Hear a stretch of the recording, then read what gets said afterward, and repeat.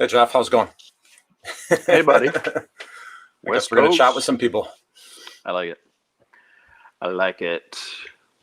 We've got some questions coming in now. Got someone from the States. You want to take this one?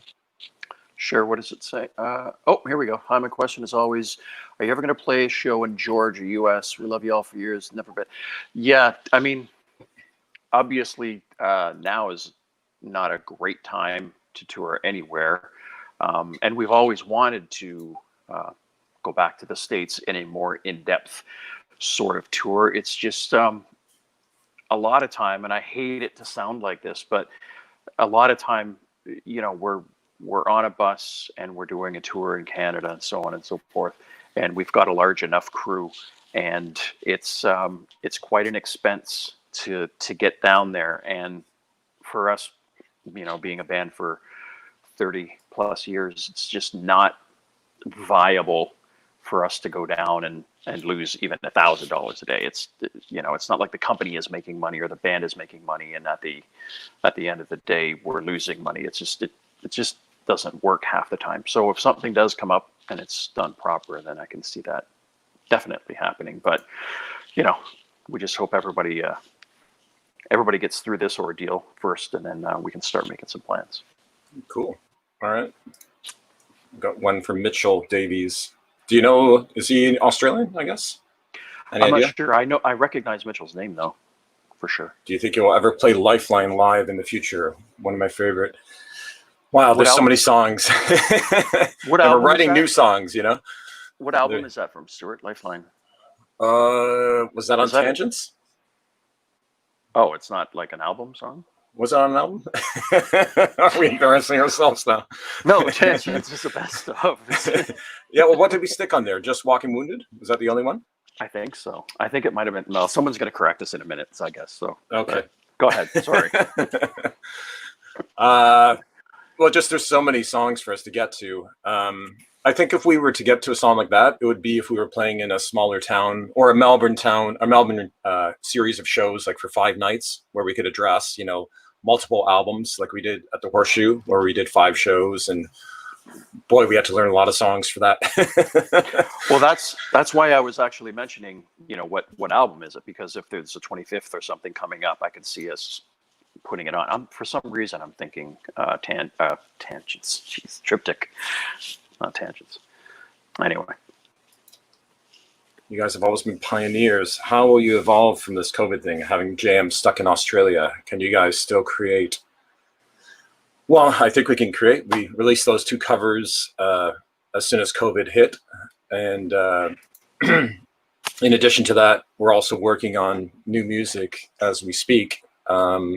Jeff Burrows and myself and Jeff Martin, we were in Vancouver together in October, and we recorded 5 or 6 tracks. And we got probably about 60-70% of the way through this music, which will be our new EP coming out sometime in the next 6 months, I would say, maybe 8 months. And Jeff Martin has the tracks right now, and he's just putting the finishing touches on his vocal takes, and then he'll do a mix, and then we'll start sharing some music with you, because we have some killer new tracks already, right, Jeff? 3 finished. Sorry. No, it's okay. Oh, yeah. No, not you. Some family members are coming in, so that's okay. No, it's the tracks are amazing. I mean, I always send off to my mom, who's the rocker in the family, and she gives me the double thumbs up. So, and some are, a third one that we just sent was A Hole in My Heart. Yeah, you can keep that. We've for had reference. that song for a while.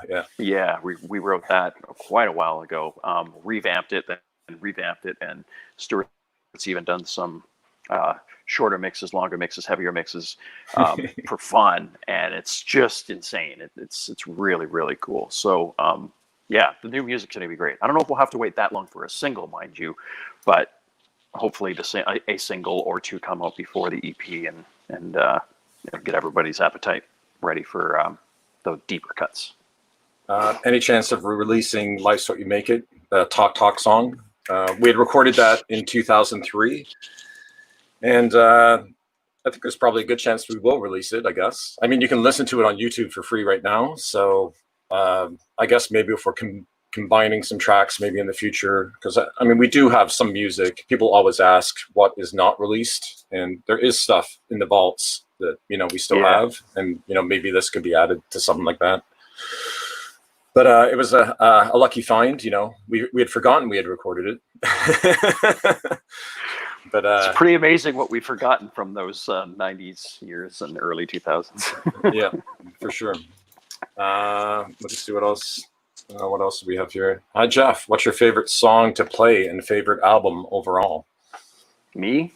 Yeah. I think favorite song, I think the most inspired song is when we are with the symphonies and we get to do Requiem. It's just Jeff's so emotional on the vocals, and Chats and I are locked in because it's not a crazy technical groove, but then when you've got the the background of the big symphonies and stuff that we've had even in Australia most recently, it's one of those awe-inspiring moments where you can't believe that you're actually in an ensemble with your friends performing this song that you created with all of these amazing players behind you and people that I can see in the first 10 rows or so, you're seeing crying and so on. So that's probably it. It's probably not what many expect to be your favorite song, because there's a lot of rockers out there that are just a riot to play and so on, which is great.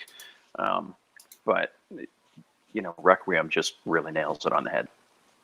Awesome. Had a question here about Casino Rama.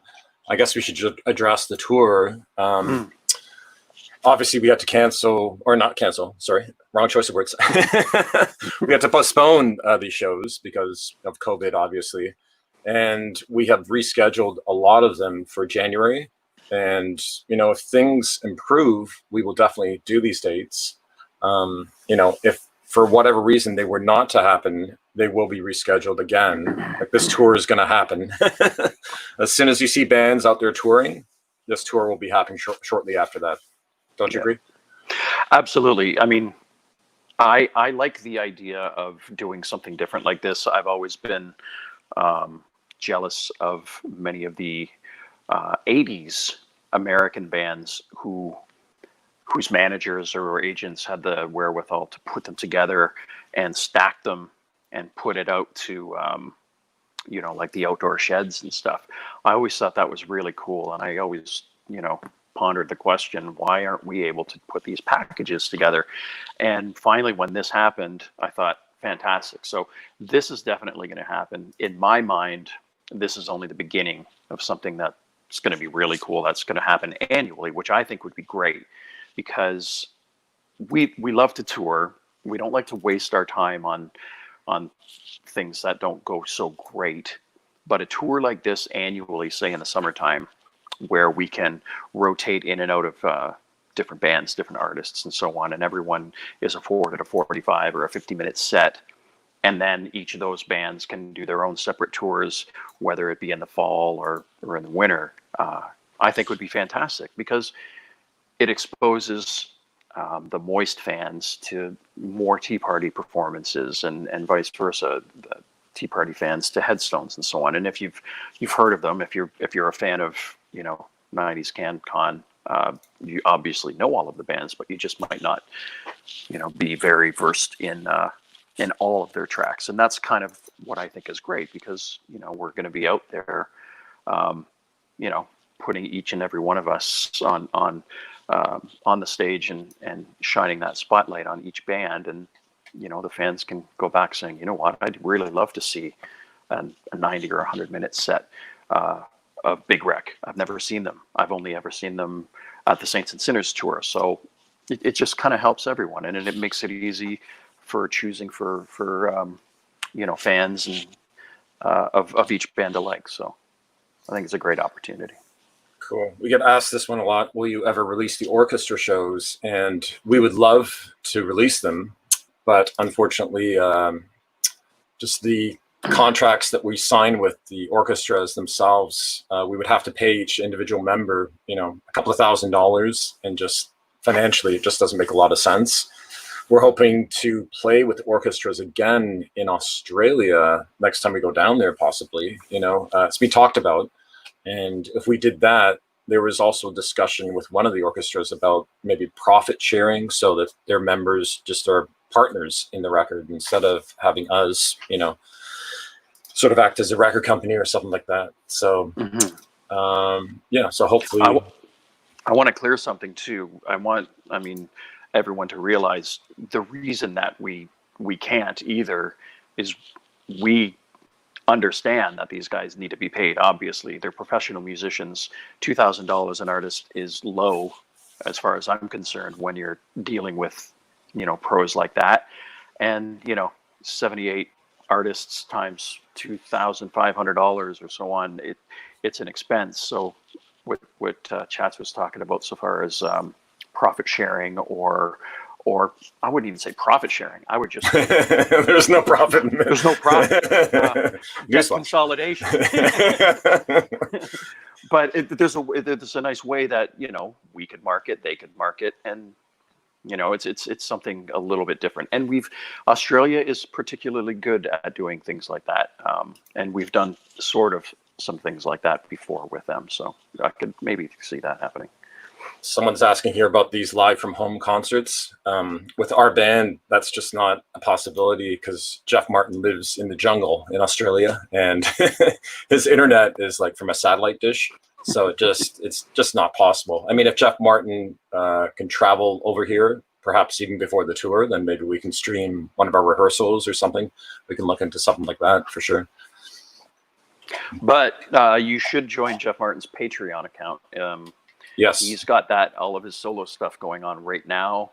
And of course, he's a master stringsmith. So he's putting together tons of videos and tutorials and behind the scenes things where you normally can't get from any artist. So if you haven't seen this yet, and I'll mention it again later, it's probably just jeffmartin.com or jeffmartinmusic.com, and look for his Patreon account. But he also, on all of his socials, there are sites that his people take care of for those types of things. But look it up, Patreon account for Jeff Martin.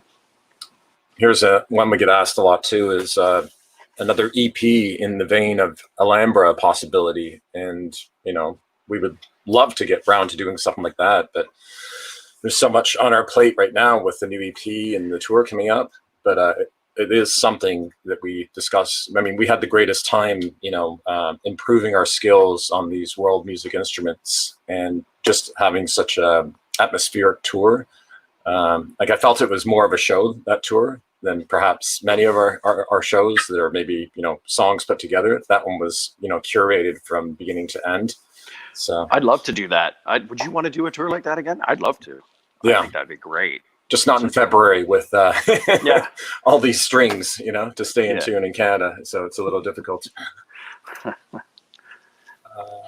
Since the summer was my summer plans, bring on the winter tour. Just to reiterate, there's a lot of questions coming in here about tours. And just, it was our 30th anniversary this summer. And, we thought the Saints and Sinners tour was a great way to celebrate it.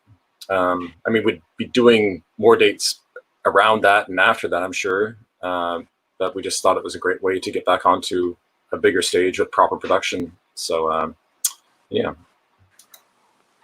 Guys Opening for Page and Plant was one of my favorite shows. So I would agree with that. Actually, people ask us, right, what are your favorite shows? And for me, it's the SARS concert, because 500,000 people in Toronto, not many bands get to do that. And then you get to play with AC/DC and the Rolling Stones. But in my heart of hearts, playing with Robert Plant and Jimmy Page at the Forum of all places in Montreal and getting a standing ovation, that was definitely one of the highlights of my career. And, I've told the story to friends and relatives, but I'll remember, just the feeling and the emotion that night. And then getting to hang out with the band afterwards in Montreal. That was pretty amazing. And then not many people know this, but Jeff Martin actually went to London and he stayed with Jimmy Page at Jimmy Page's house prior to Transmission being released. We had recorded the demos, and he was playing the demos for Jimmy Page, and Jimmy Page was doing air guitar and rocking out. And Jeff at the time is looking to his partner saying, "Can you believe this? Jimmy Page is rocking out to our demos." I don't know. What else should we talk about? Okay. Oh, sorry. Old man putting his finger in front of the camera. Oh, has everybody been wearing their masks? Woo. Oh, yeah. That's nice. You haven't seen this yet either, have you? No. This is pretty cool. Oh, there we go. I do have my custom mask as well. So if we're working on something right now, I was going to surprise the guys, but we're working on something right now where it's going to be a 1-for-1 sort of thing. And if we get enough interest, because we're not looking to profit off of these, if we do get enough interest, we're going to make them available. And every time one is purchased, we're going to donate one. So one purchase, one donation. And yeah, that's what we're looking. So if you are interested, just keep this top of mind. Maybe I'll send a photo to management and they'll put it up on the Facebook site and the website and so on and so forth. And if we get enough orders and it becomes easy enough for us, then we'll get them out. But for now, I got this one. Someone's asking if we're going to do a horseshoe thing again, but that was a one-time thing to celebrate. Was it the 50th or the 40th anniversary of the horseshoe?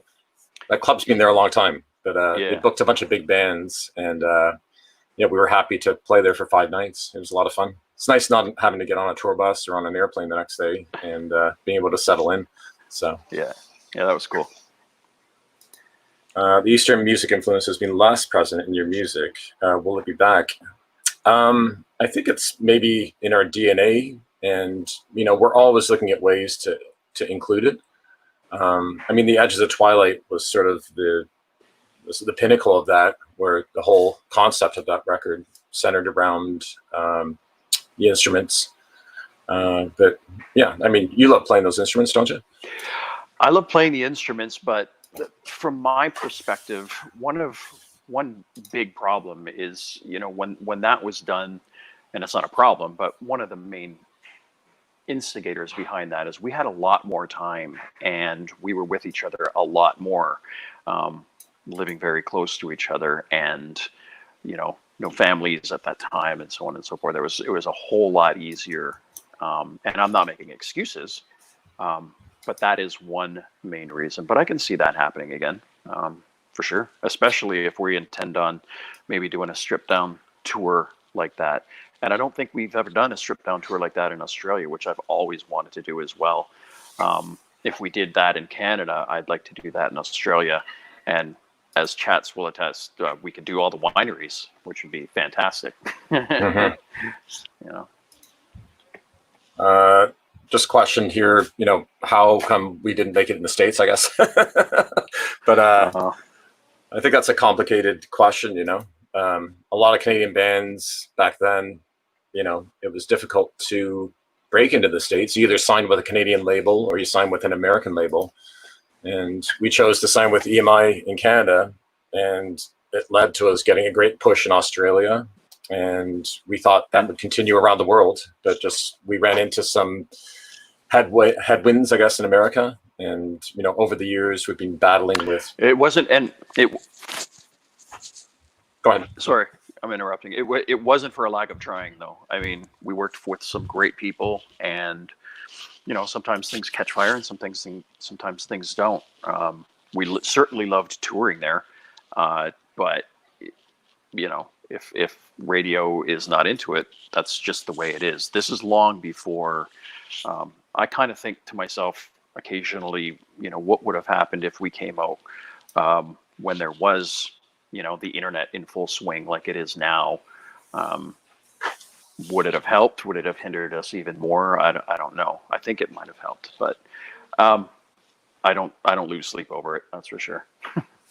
No, I think where the records were worked in the States, so like in Seattle and San Antonio and a few of these cities around America, the records did really well. So it was just a case of really people not hearing the music. I think what it would be like if we started off now and getting our music out and just less of a barrier and a hindrance. Because back then, people programming radio stations were still getting envelopes with money and drugs. So. And we had neither at the time. So that wasn't happening.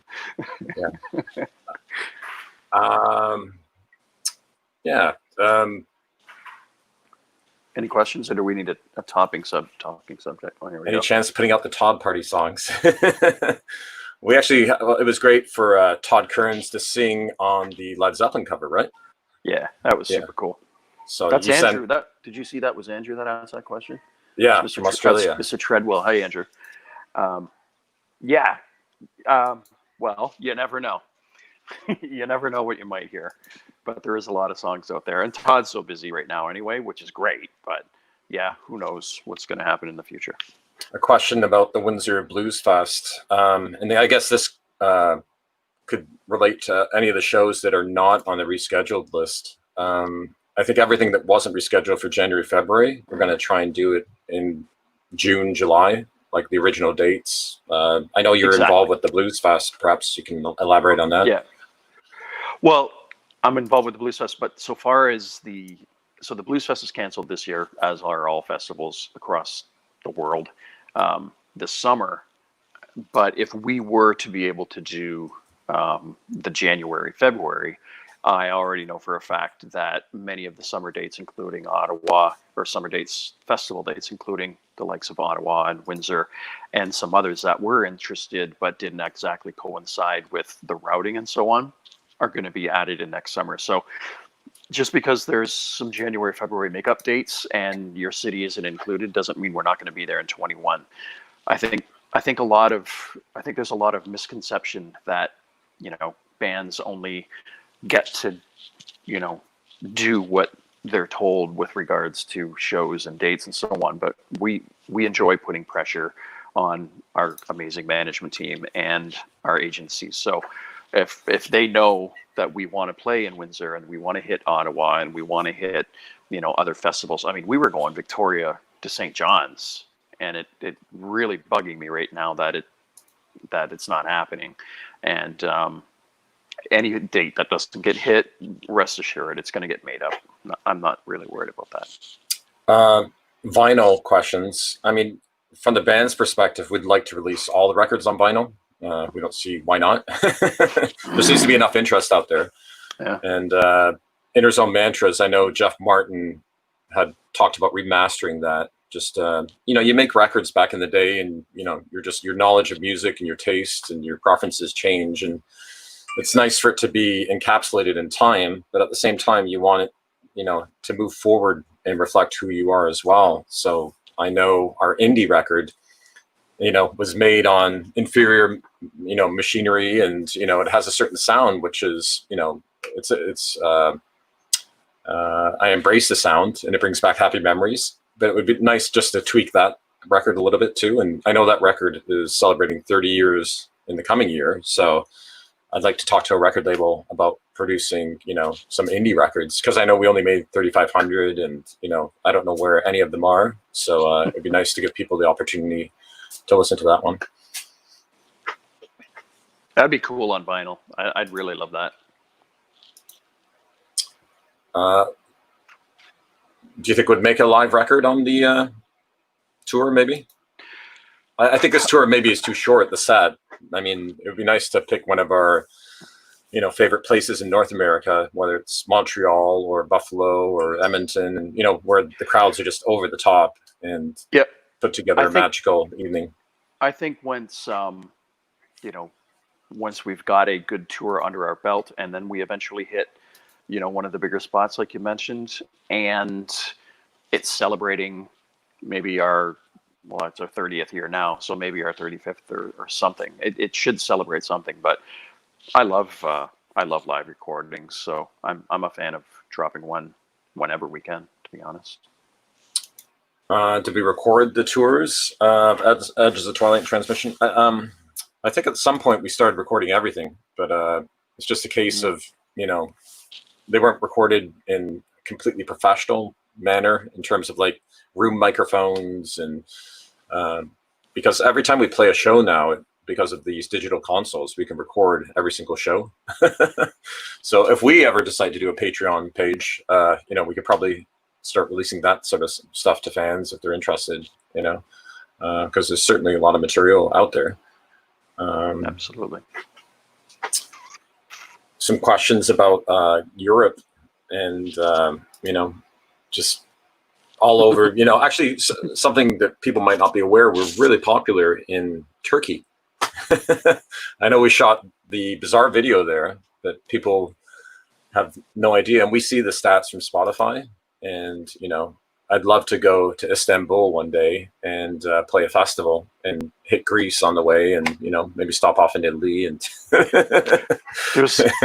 it gets a little depressing when people are like, "Why aren't you coming here?" And you're like, "You have no idea how much I want to be there right now." Especially right now. It's really tough, guys.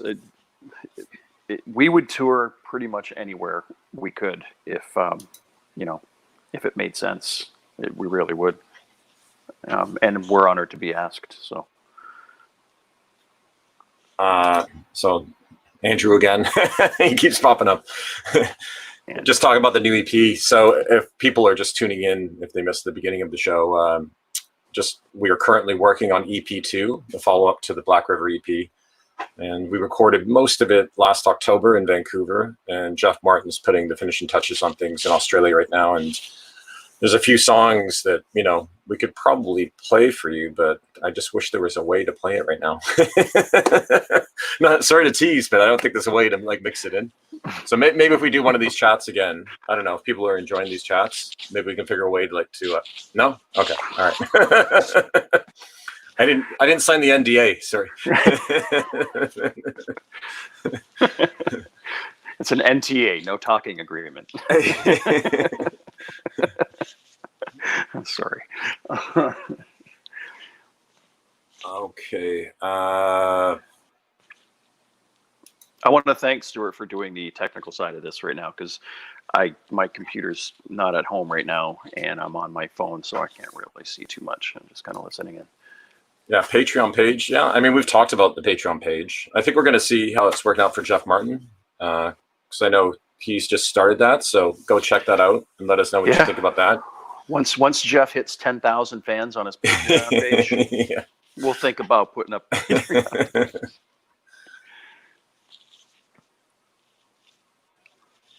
Oh, speaking of Jeff, I also do this thing with the Blues Festival in Windsor, where I've been doing these porch parties, and they run through Blues Fest Windsor's YouTube page. So if you want to see a pretty amazing set that Jeff put together acoustically, but did a really nice mix of it, just go to YouTube and check out Blues Fest Windsor, and you'll see him.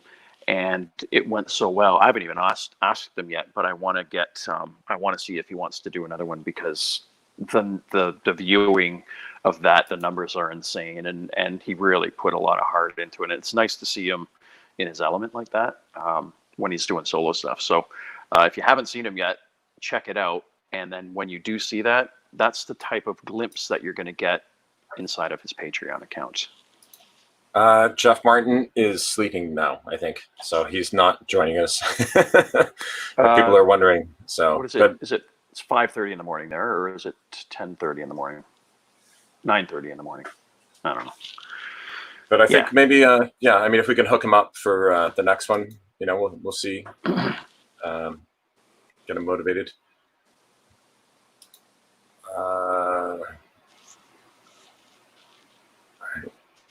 Music influences changed over the years. I think maybe our DNA was established in our early 20s, and it's just being refined. I mean, we all grew up in Detroit rock radio, so that's there. We were all into new wave in high school, so all that's there. We appreciated punk music from the 70s and early 80s. And then we got into the world music stuff. I mean, when we were recording Edges of Twilight, I remember listening to Dead Can Dance and Lorena McKinnon, and just all these influences that maybe a rock band might not be listening to. So do you remember when we used to do these in stores all the time? So I specifically remember Germany. We did a lot of in stores, and we do these acoustic performances. And after, because those are just, hey, here we are, come to see us in a couple days, down the road at the venue kind of thing.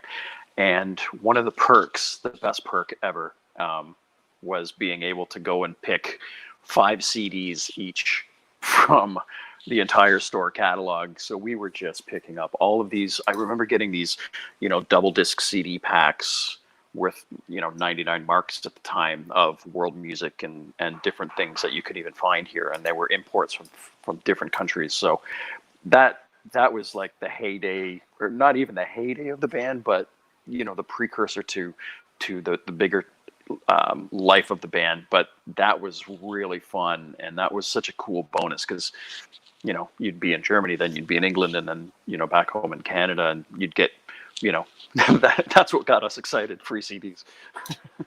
Okay, here's an important one. What's your favorite beer and wine? I think we're partial. I mean, we love French wine and Italian wine, but we spent so much time in Australia, like 20 tours now in Australia. Or I think the next one was maybe the 20th. And we've met so many great winemakers there, and just, our palate evolved from big Shirazes, and, now we're into maybe more subtle varietals. But Yarra Yering in Victoria is just a great wine if you haven't tried that one. And then Henschke for myself. And I know you like some of the Margaret River wines, Jeff. Yeah, Margaret Rivers. I just had a killer bottle. Did you see that Magnum? I posted a Magnum of Schaefer from California. Yes. Woo! I had my dad over for Father's Day for that, and man, what a bottle. That was so good. So good. And beer, I don't want to say it because people are just going to flame me about it, but I pretty much just drink a lot of lighter beer now, because I like spicy food and that stuff, but it just, all the IPAs that I loved even 3 years ago just gives me gut rot so bad it's not worth it. I don't know. It's weird. Here's a funny one. Edges of Twilight. Jeff singing "It Tears You Apart." The story behind that one. As the day wore on, Jeff would drink a little more, and then sometimes he'd do a vocal take and get really into it, and he knocked over a baffle. Because when you're singing vocals, you have these baffles surrounding you, and his headphones are so loud, that's what you're hearing in the mix there. You're actually listening to his headphones coming through his vocal mic. Yeah. And then you can hear the baffle getting punched, the baffle falling over, and then the baffle hitting a tambura, and then breaking said tambura and costing the band $150 for repair. But we thought it was just such a moment. It's fun to stick little things like that on the record. Inside jokes. Fun. That was a fun record to make. We were all in this tiny little apartment in LA. I think you two had each a single bed, and I took the mattress off of one and slept in the living room. I don't know. It was just so much fun. Absolutely. Indie on vinyl. We mentioned this before. We'd love to release the indie on vinyl. Next year is the 30th anniversary. So definitely look for something later in the year. And we'll be talking to a few record labels about that. So it gets complicated. Syracuse. Can't wait to see you play again. Yeah. For people in the States, it's just going to take a little bit longer for the COVID thing to settle down, I think. So hopefully the border will have reopened, by January, and you can maybe come see some of the shows in Canada. And, obviously when it's safe and the U.S. government lets Canadian bands across the border again, we'll be back in Buffalo. I do want to hit, did he say Rochester or Syracuse as well? Yeah. Because we used to do Rochester quite a bit, and it wasn't Buffalo, but it was great. At least a few hundred people there. And I remember playing with that they play that song Cumbersome. Remember that 90s song? I have become cumbersome. Anyway, we played with them, and they loved the show. I just remember that specifically being in Rochester. It was a lot of fun. Remaster the first album. There we go. Yep. Okay. We're on it. 7 Mary 3. Okay. There you go. Yeah. Someone asked if we remembered the show from Ohio and Cleveland. The only thing I remember is a dead rat in the bathroom. I remember a show in Cleveland, and I I just got, I think, my first SUV, and I drove it there, and I brought my wife and my firstborn, Nicholas, who's going to be 25 in October. So I think that might have been it, or that might have been Toledo. I don't know. Forget it.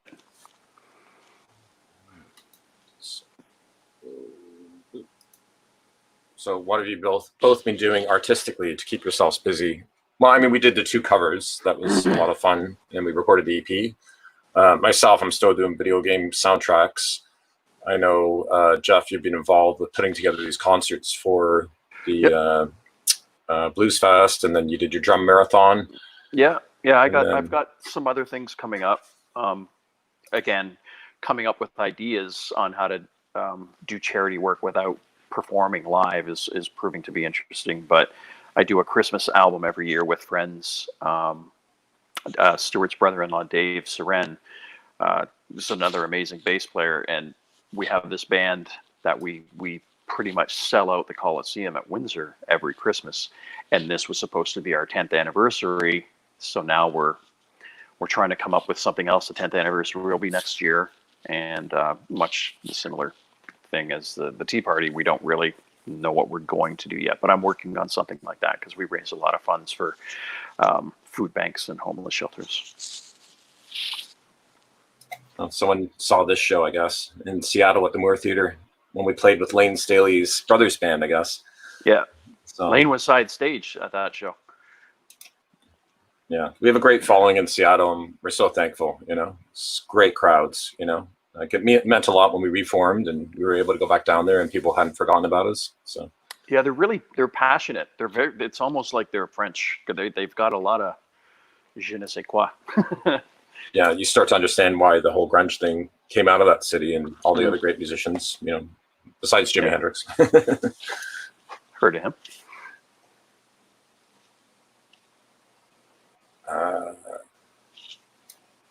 Sorry, bro. I can't. Art Decay stuff. I'll Yeah. I'll leave that to you. Yeah, we recorded some songs after the band had a hiatus, so we will definitely look into putting those out. I mean, it might be a good time right now, so maybe look for that in the next 6 months. Yeah. I think maybe we can play some footage in the background just while we're waiting. Oh, you got that Robbie footage? Yeah. There you go. This is so cool. We just found this footage of the SARS festival from 2003. Well, maybe not festival. SARS concert. Yeah. Celebrating SARS, yeah. No. So this is Toronto, Downsview Park, which was an old Air Force base, I think. And there's 490,000 people here.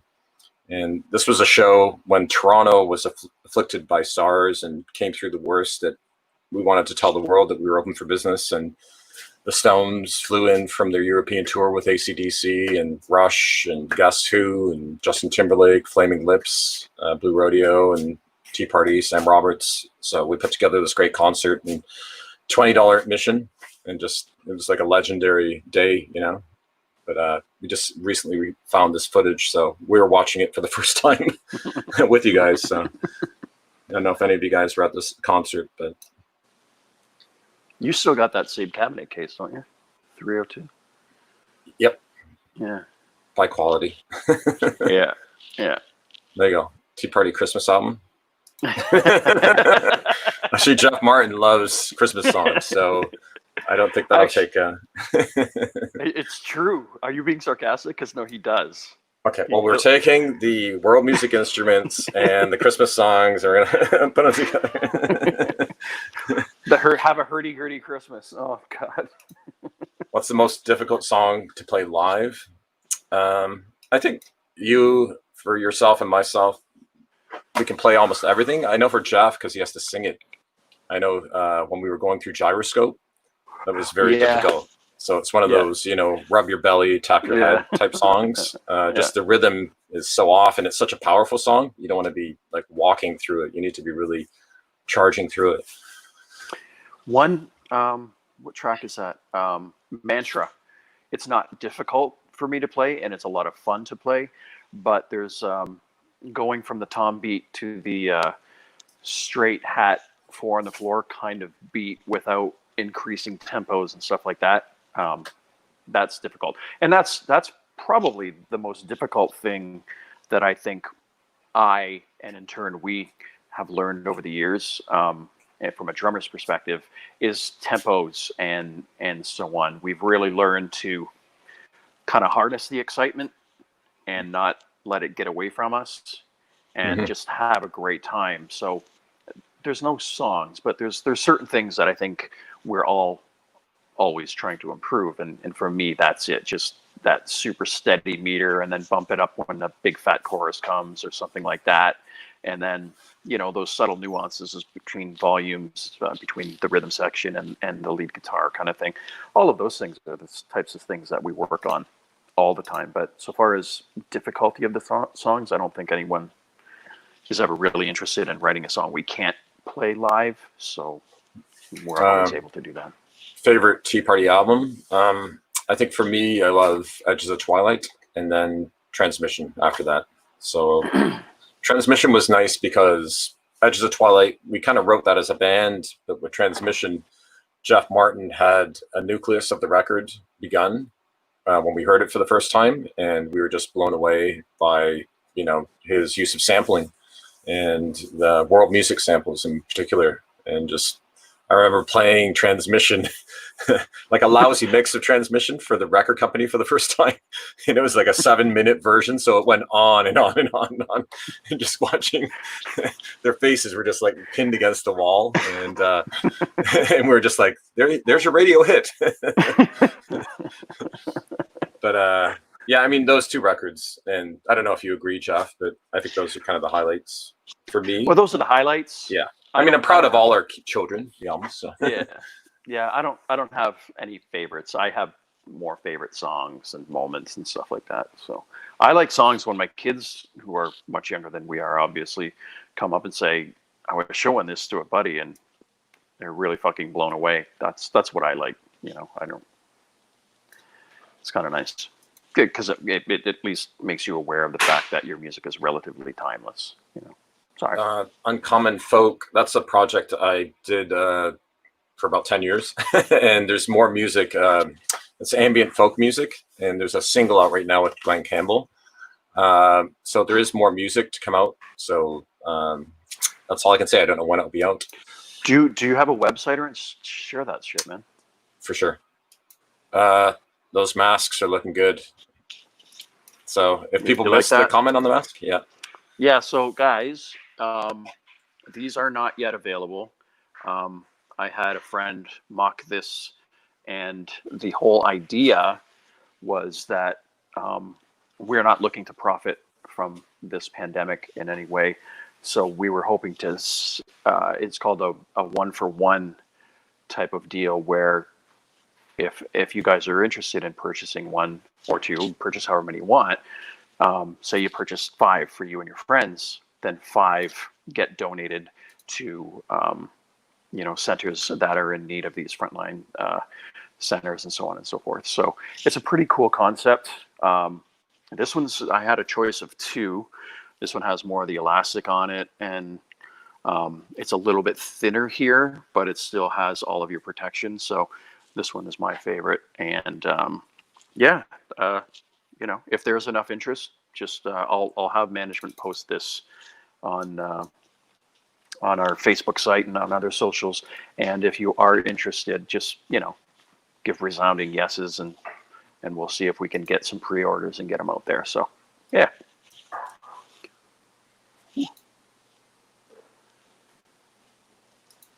Nothing? We done? A lot of people ask about the lyrics. When the band started, actually in prior bands, I know when I first started playing with you and Jeff, I think you wrote the bulk of the lyrics. I remember you had binders of lyrics, and I still have my Burton Cummings binder, actually, with like 260 high school songs in it. So I mean, we're all capable of writing lyrics, and I know Save Me, I worked on lyrics on that song. We felt when we formed this band, though, for Jeff to have conviction, it was important for him to sing from his heart and to sing his own words. I mean, that said, I mean, a lot of the songs have been collaborations where, you know, the germ of the idea might begin with one of us two. And then at other times, Jeff might be stuck with a line or two, or he might have thought a line was great and it wasn't. And we'll step in and just be, you know, a third party to make some suggestions. I mean, that happens in the studio often too, where, you know, a song is being written and just you have to speak up at that moment. Otherwise, it's going to be cast in stone forever. Yeah, but you can certainly tell, though. I mean, I'm not, just because we're members of the band, I'm not saying, you can really tell that Jeff is singing with conviction, his own words. You really, really can. And you find that with those who do write their own words. I mean, a lot of people are able to use that creatively, even for some covers, but you can really tell that Jeff owns it, and that's why he can be so passionate about it. So it's good. All ages shows. I know we'd love to do all ages shows. And it's something we ask about from time to time. It's just a lot of the venues that book our band, or the promoters that book us, they book us in venues that don't have, you know, licenses for children to come. So yeah.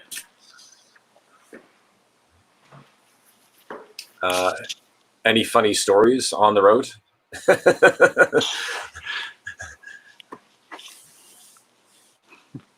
Are you asking me? That was someone's comment. Yeah. Well, one of the funniest things I've seen on the road when we were young, and we were in Australia, doing one of the smaller gigs at an RSL, they're called, and it was not all ages. Coming back to the all ages thing, and a younger lad, I think he was 15, 16, had snuck in during sound check and made his way up into the ceiling in the rafters. And while we're middle of the set, and all we just see straight ahead of us, 20 feet in the air, is the ceiling blow out and some kid falling into the crowd. He was okay. I'm glad of that. And they kicked him out, but we found him after the show, and that was cool. We got some pictures and stuff like that. But that was definitely funny, scary, but funny. And road stories, Stuart and I trying to stay up all night going into the cemetery Pierre Lachaise. Okay, that is a funny one. France. Okay, there was a disco in Paris. I mean, you went out drinking at a disco. We weren't like dance fans ourselves, but what was that place called? It was right beside Moulin Rouge. The little tiny Heinekens were like 18 euros. Yeah. And they closed at 4:00. So, and the trains didn't run. Like, our bus was parked on the suburbs, somewhere out in the suburbs. So we decided, you know, let's go see Jim Morrison's grave. So we made our way over to Pierre Lachaise, and unfortunately it doesn't open till 8 or 9 in the morning. So we slept on a sewer grate, spitting out heat. It was freezing. Or we chilled. I mean, we didn't sleep. We just like relaxed there until the place opened up. And then we went for like some sort of breakfast. And then we watched as a security guard punched the code in. And then we went right after him, and we punched the code in, and the door opened, and we snuck into the cemetery.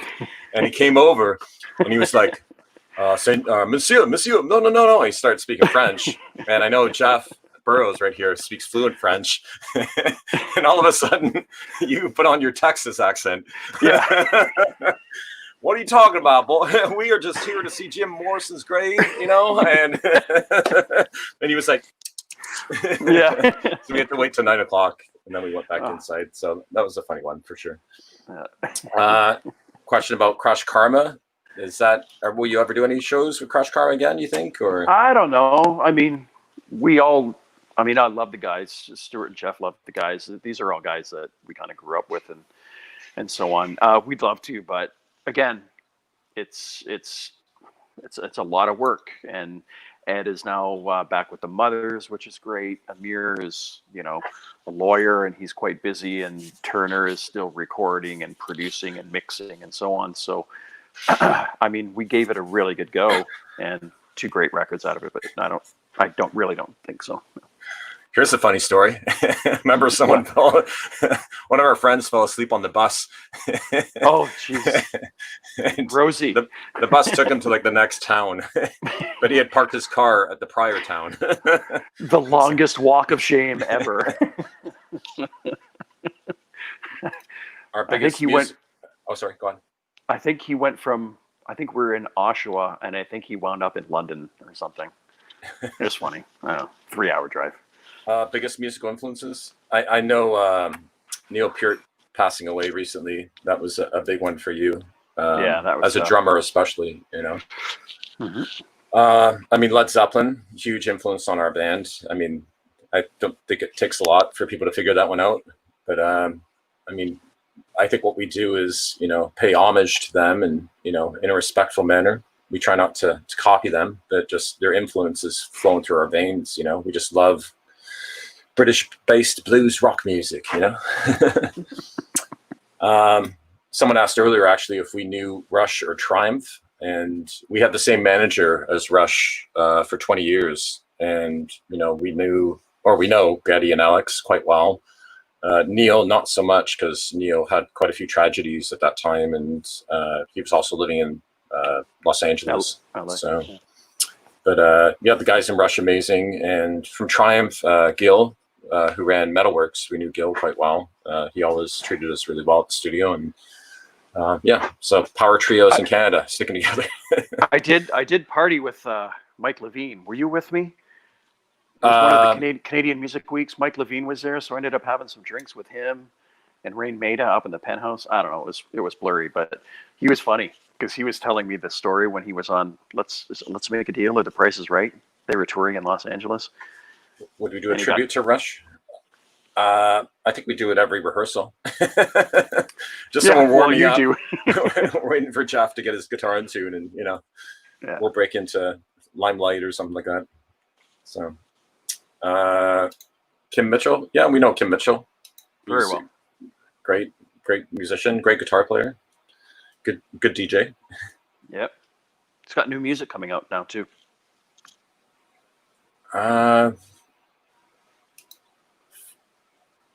Funny story. JB can't throw gum. Not sure what that's about. I chew gum. Oh, maybe it stuck to my finger. Maybe I was going to throw it on. I don't know. Actually, at the beginning of our career, I loved the way Jimi Hendrix looked when he chewed gum and he played. And after I swallowed 2 pieces, I was like, you know, I'm going to give up on that. Hey, Burrows, you be a gum chewer now.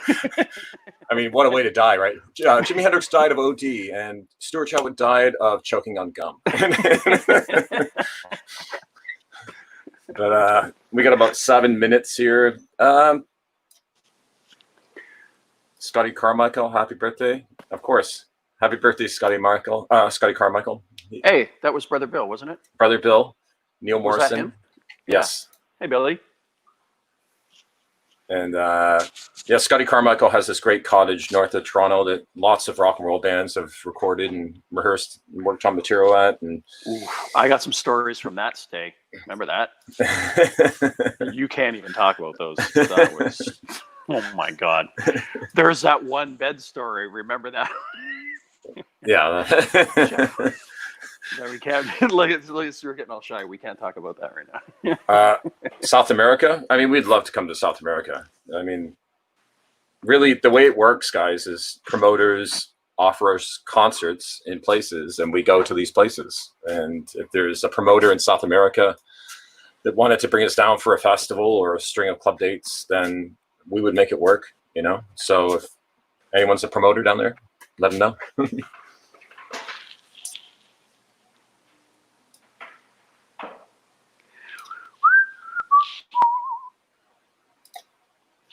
Favorite Canadian band? Can't really choose that. Too many. I mean, we've mentioned Rush. I mean, Arcade Fire is a great band. Lots of great bands from Canada. Yeah. And then you go to the solo artists. Yeah, Neil Young, you know, Gordon Lightfoot, you know, list goes on and on. What do you think of Greta Van Fleet? I mean, we get asked that a lot too. I mean, because they obviously have a huge Led Zeppelin influence. And personally, I'd like to hear guitar rock music on the radio, you know, and, you know, they're continuing to carry the torch. and they're only getting better, I'm sure, with their songwriting and their performance. And people forget how young that band are. So I really give them a break, and I don't judge them myself. So yeah, no, I agree. If you're hearing rock and roll on the radio, then God bless. If they're a little young and wet, and we were accused of those types of things when we were that age, then so be it. But I mean, if they can play, they can play. That's great. South Africa, we were supposed to go there at one point because we have a #1 song on the Triptych records on one of the rock radio stations down there, but that never happened. I mean, so many great shows haven't happened in our career. Like those Rolling Stone shows. Yeah, we had mentioned the SARS show that we did do. Part of the reason we were on that bill is because the Stones had canceled 4 times on us, and we were supposed to play in New Zealand with them in 2 cities, and then we were supposed to play Toronto and Montreal. So some of these shows, you get these tours and you're so excited, and then the disappointment. And so I remember when we first started out, Lenny Kravitz was supposed to have us as his opening act, and that would have been amazing for us, for breaking us in America. And didn't his mom pass, or his grandma pass away? Someone passed away. I felt horrible because I felt bad that we didn't get it. Then I felt bad for feeling bad we didn't get it because someone had passed away in his family. So. Well, I think that's going to wrap it up, I guess. I don't know what else to say. I mean, this has been fun. I think, it was kind of improvised, this online chat. So I think maybe next time we'll have a better handle on some of the better questions, because, I mean, some of the questions are repetitive. Maybe we can kind of refine them down to the important topics that you guys want to talk about. And I think maybe we'll have a moderator next time. That's yeah. So I can enjoy a glass of wine. Okay. Actually, one final on classical music. When I'm working on soundtracks for Darkest Dungeon and stuff like that, Rimsky-Korsakov from Russia, always like Bach. Just Segovia's interpretation of the Bach piece is amazing. I know Eric Satie, right, Jeff, for yourself? Yeah, I'm a big Satie fan. Rachmaninoff, but Satie for me is gold. Love that. Joy Division. Yeah, I mean, we mentioned before, we were huge into New Wave, and we had this great art teacher, Perry Thompson, at Sandwich Secondary, that sort of gave us the details about New Order and Joy Division, because he was living in Toronto when those bands. I mean, I guess when we were talking about it, New Order were still very much a thing. Yeah. But New Order had the song Temptation, of course, which obviously stuck in our heads because we wrote a song called Temptation. But so huge. I come from the north of England, so huge respect for all the music around the Manchester area. So especially Factory Records and Joy Division and all that. So, so just try to see if there's anything else. Are you looking forward to the NHL season, Jeff? This upcoming thing, honestly, no, because it doesn't matter at this point. Even whomever wins the cup, it's always going to have an asterisk next to it. And no, it's not because I'm a Red Wings fan, because they're not in it. But I don't know. I mean, I think it'll give some people a little bit of normalcy, I guess. And I do love the way they're hopping back and forth between Toronto and Edmonton. I mean, I think the way they've set it up is really cool.